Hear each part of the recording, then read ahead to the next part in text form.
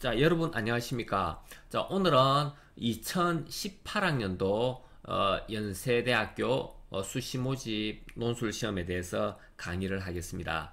연세대학교는 이제 올해부터 이제 수능 최저를 보지 않기 때문에 많은 학생들이 지원을 하리라고 생각을 합니다. 그래서 연세대학교의 어떤 기본적인 어떤 그런 문제를 잘좀 해석을 해서 거기에 맞춘 어떤 그런 답안을 써야 되는데요. 그래서 연세대학교 같은 경우는 화려한 문장을 별로 요구를 하지 않고요. 어떻게 보면 화려한 문장보다는 정확하게 지문을 해석해서 자기만의 어떤 그런 논리를 펼칠 수 있느냐가 핵심의 어떤 그런 당락을 좌우하는 어떤 그런 것 같습니다. 그래서 지문을 정확하게 분석하셔야 됩니다. 지문의 어떤 그 틀이 이게 엉클어지면 내용이 완전히 다른 내용이 나올 수 있거든요. 그래서 지문을 일단은 가장 정확하게 분석하는 것이 일단은 연세대학교 논술을 하는데 어떤 기본이다 이렇게 저는 생각을 합니다. 자, 먼저 이제 제시문 이제 가가 있습니다. 자, 가가 있는데요. 한번 보겠습니다. 자, 어, 유럽에서 경제와 사회의 발전 과정은 믿음의 발전 과정이었다. 자, 그러면 유럽은 이게 경제도 발전하고 사회도 발전하는데 그것은 무엇 때문에 발전하느냐? 믿음이 중요하다는 이야기입니다. 자, 믿음이라는 것이 있었기 때문에 경제도 발전했고 사회의 어떤 사회도 발전했다는 이야기입니다. 그래서 경제 같은 경우는 이제 시장이 중요한데 시장의 탄생에 필수적인 요소도 바로 믿음이다라고 이제 이야기를 지금 하고 있죠. 자, 그래서 일단은 왜 시장에서 믿음이 중요하냐면 파는 사람도 그렇고 사는 사람도 그렇고 뭐 이렇게 서로가 서로를 믿어야만이 이제 거래 관계가 이루어지는데 그러면 믿지 못하면 거래 관계가 이루어지지 않겠죠. 자, 그래서 이제 지금 요 지문은요 지금 근대 이전입니다. 근대 이전에 대한 어떤 이야기를 쭉 하는데요. 제가 이렇게 이제 크게 이렇게 나눈 어떤 이유는 요 지금 지문이 근대 이전과 근대 이후로 지금 이렇게 조금 구분을 하기 위해서 이렇게 지금 한 거거든요. 요 내용은 근대 이전이고 요 밑에 있는 내용은 근대 이후입니다. 자, 그래서 그걸 좀 하기 위해서 이제 글을 지금 좀 어, 두 개로 나눠서 분석을 한 겁니다. 자, 유럽에서 경제 행위가 시작되던 시기에 중세 때 이야기죠. 그럼 상인들은 이 도시 저 도시에서 이렇게 옮겨 다니면서 유럽의 큰 강줄기를 따라 형성되었던 시장터에서 서로 만나고 했다. 자, 그런데 거기 보면 당시에는 사법 체계와 재판 절차 그리고 제재 규정이 취약했다. 그런데 그나마 있는 것도 다행인데 실제로 있지도 않는 것도 많았다. 자, 그만큼 모든 것이 다 지금 중세 때는 유럽의 어떤 그런 사회가 뭐이 경제를 뒷받침해주는 사법 체계, 재판 체계 뭐 이런 것이 다 엉망이었다. 뭐 이런 이야기죠, 한마디로.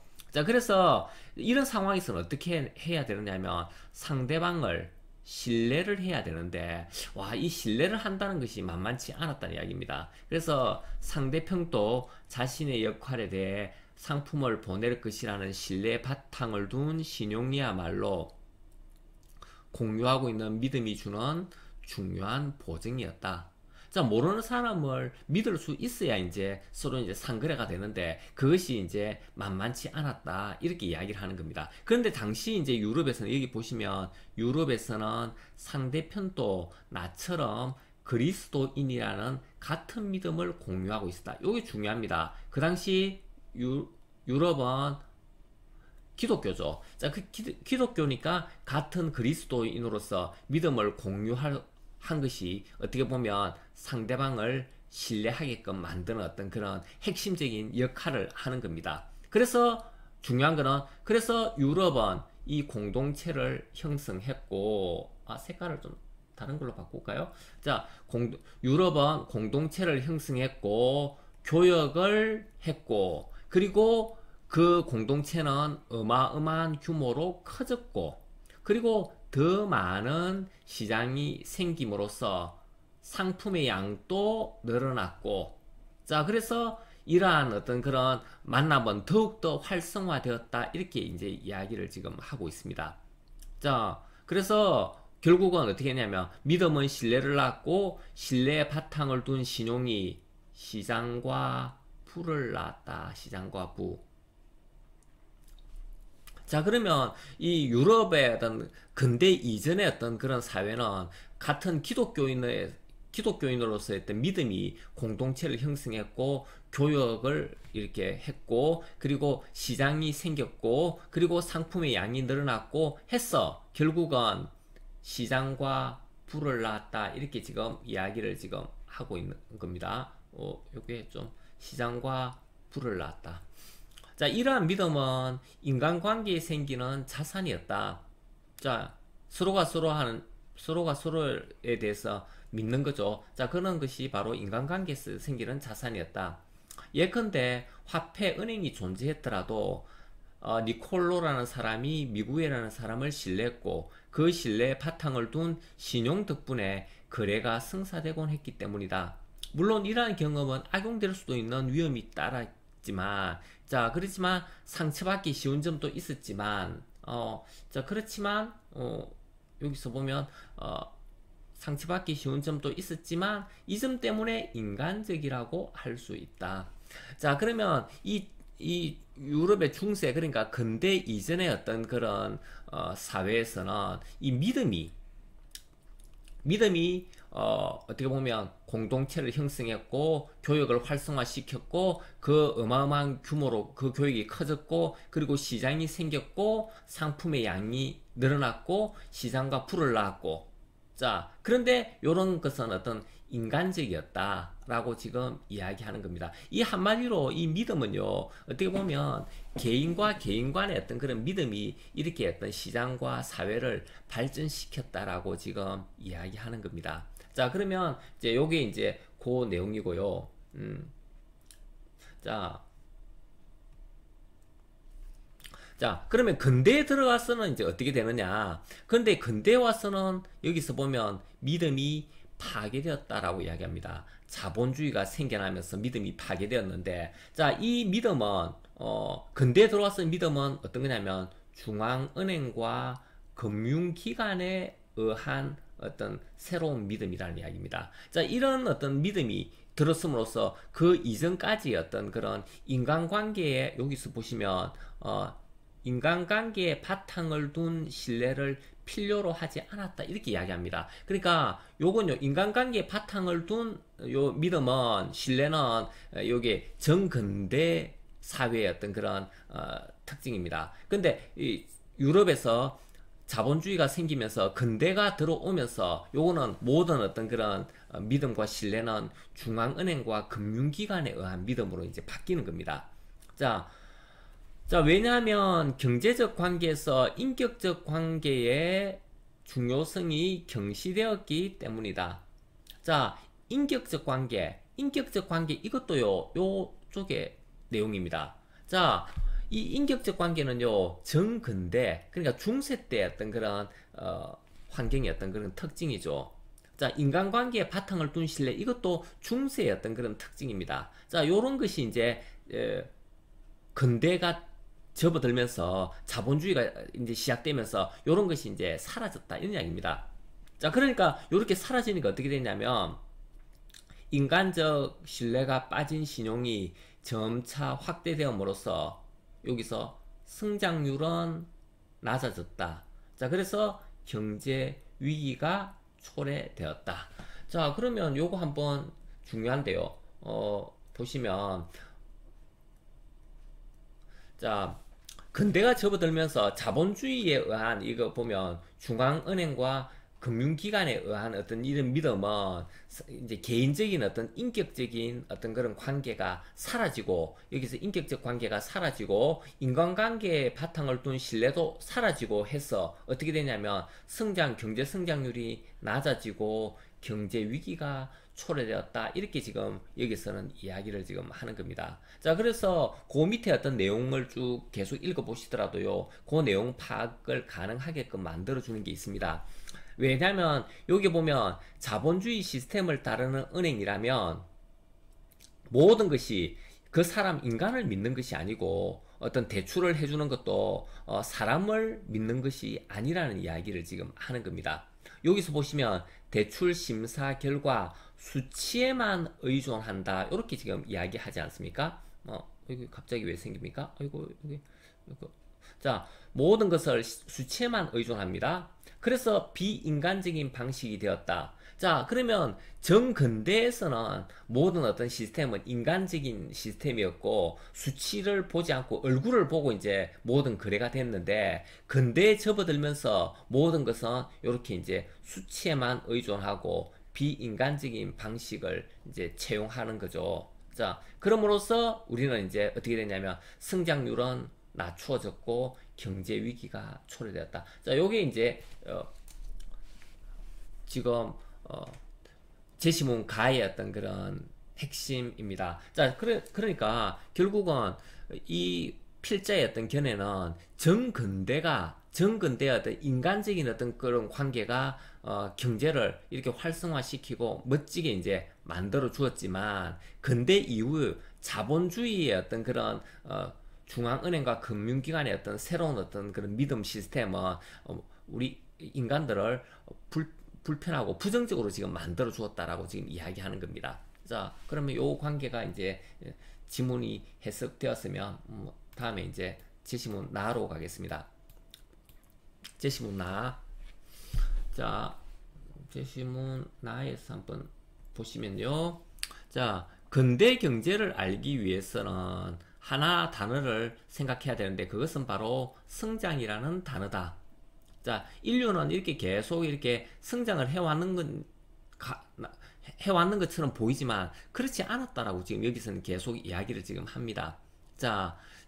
이 근대 이전까지 인류는 뭐 총 생산량이 뭐 한 550달러고 지금은 뭐 이렇게 8,800달러인데, 여기서 보시면 근대 이전 사람들의 머릿속에는 성장이라는 개념이 아예 없었다.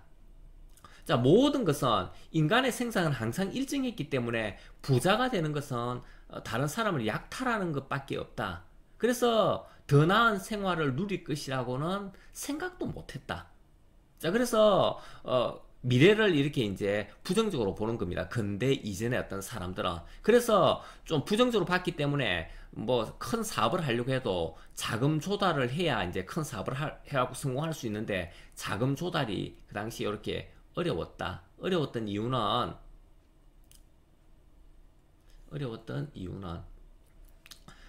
근대 이전에는 신용거래가 거의 없었다. 자, 그럼 신용거래가 없는 이야기는 다른 사람을 믿지 못했기 때문에, 신뢰가 없었기 때문에 이제 요렇게 되는 거죠.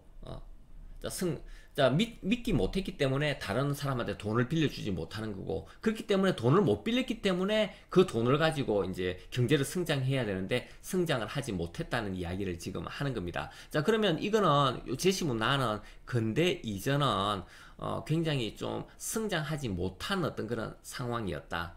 경제가 전혀, 그것은 사람들 사이에 어떤 믿음이 없어가지고 돈을 빌려주고 뭐 안 빌려주고 요렇게 못했기 때문에 성장을 못했다. 자, 그 이야기를 지금 하는 거고요. 자, 그러면 여기서부터는 이제 근대 이후에 대한 이야기입니다. 근대에 이르러 은행. 자, 은행이 나옵니다. 자, 은행, 그리고 요 은행은 미래에 대한 우리의 신뢰다. 이 돈을 통한 어떤 은행 시스템을 통해서 이제 근대가 이후에 많은 것이 바뀐다라고 이야기를 지금 합니다. 자, 인류는 그동안에 어떤 그런 성장을 못 했는데, 이제 근대 이후에 이름으로써 은행 시스템을 이제 은행 시스템입니다. 이게 바로 미래에 대한 신뢰를 기초로 한 새로운 시스템의 등장이다. 이렇게 이야기합니다. 자, 요 시스템이 등장함으로써 사람들은 이제 모든 것을 신뢰하고 믿기 시작했다.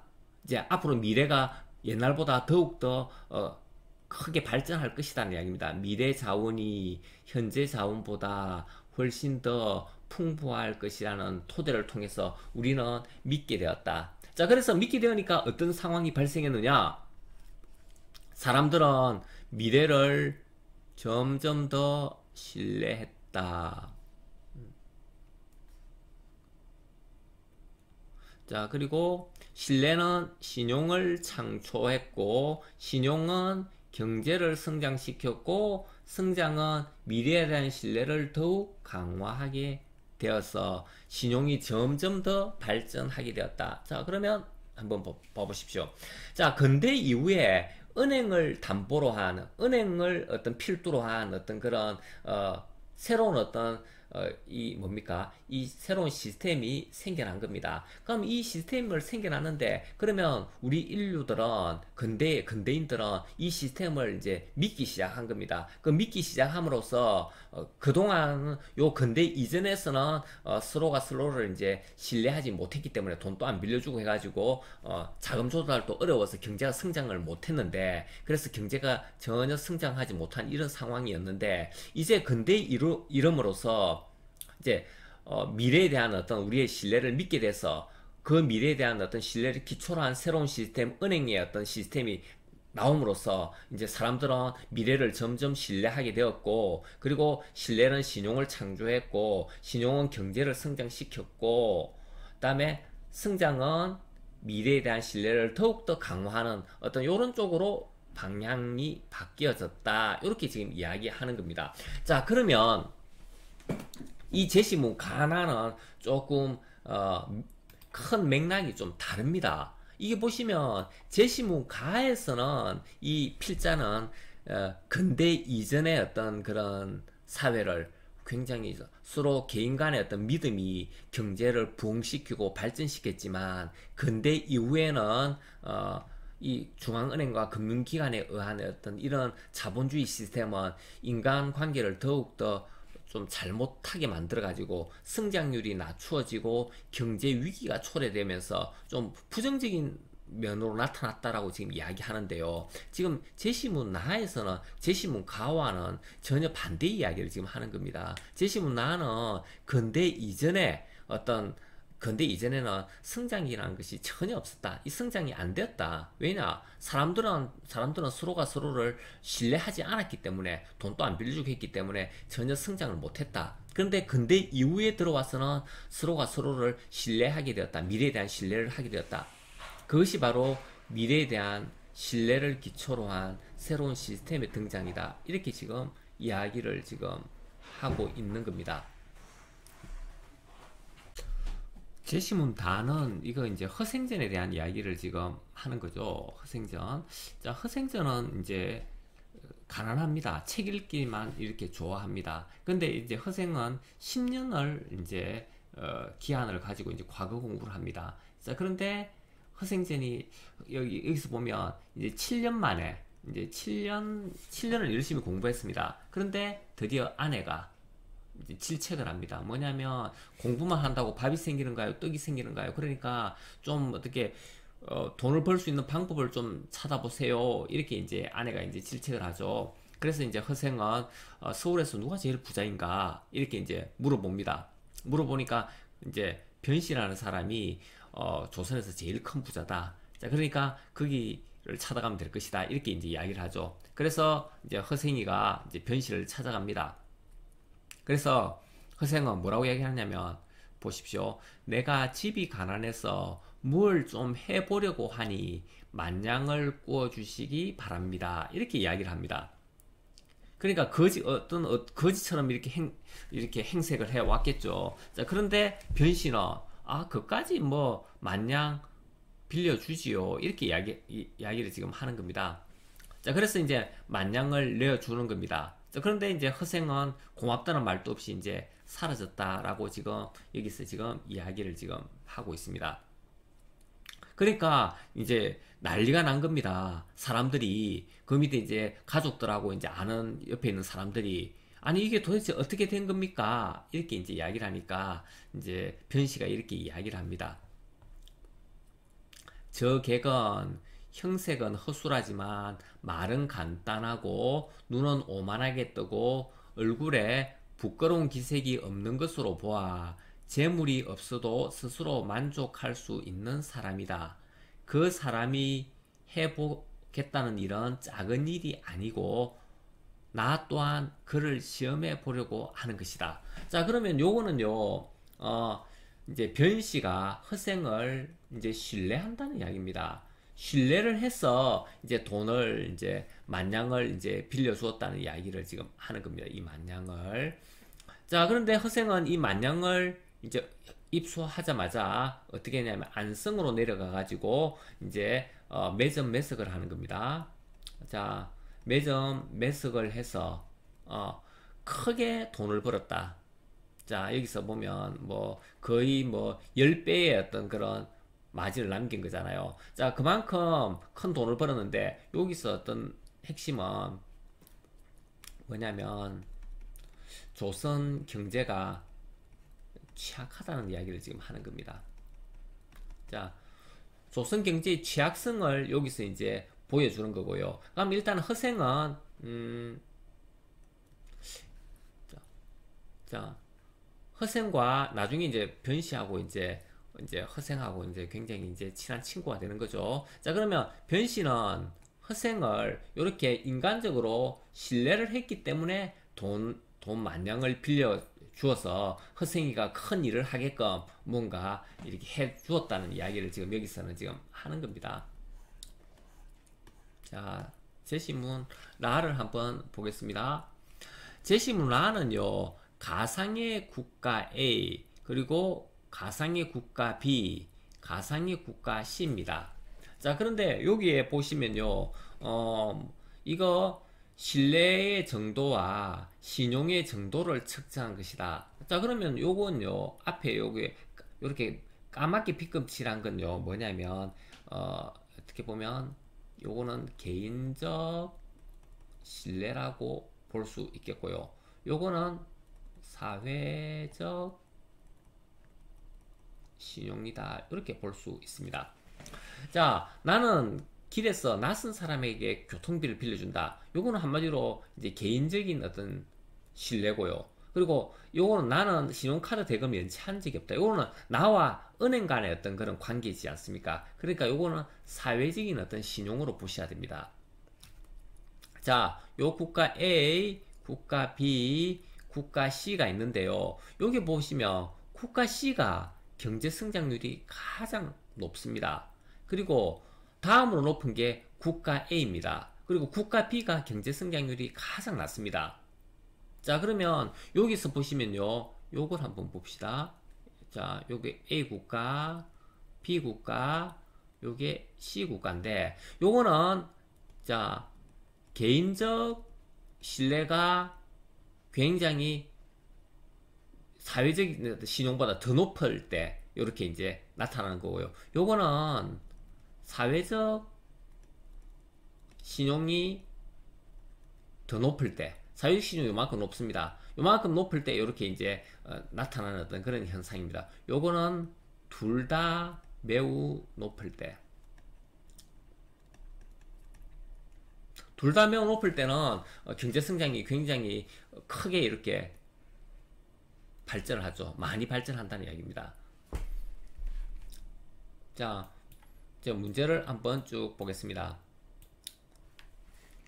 근대와 근대 이전에 나타나는 신용과 신뢰의 관계를 보여주는 제시문 가와 나를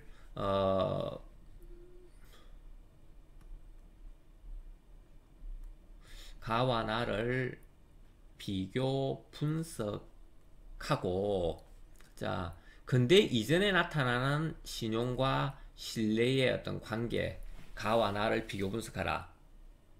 자, 그러면 우리 앞에서 했습니다. 근대 이전에 나타난 신용과 신뢰의 관계. 자, 가와 나가 어떻게 다르냐 한번 보겠습니다.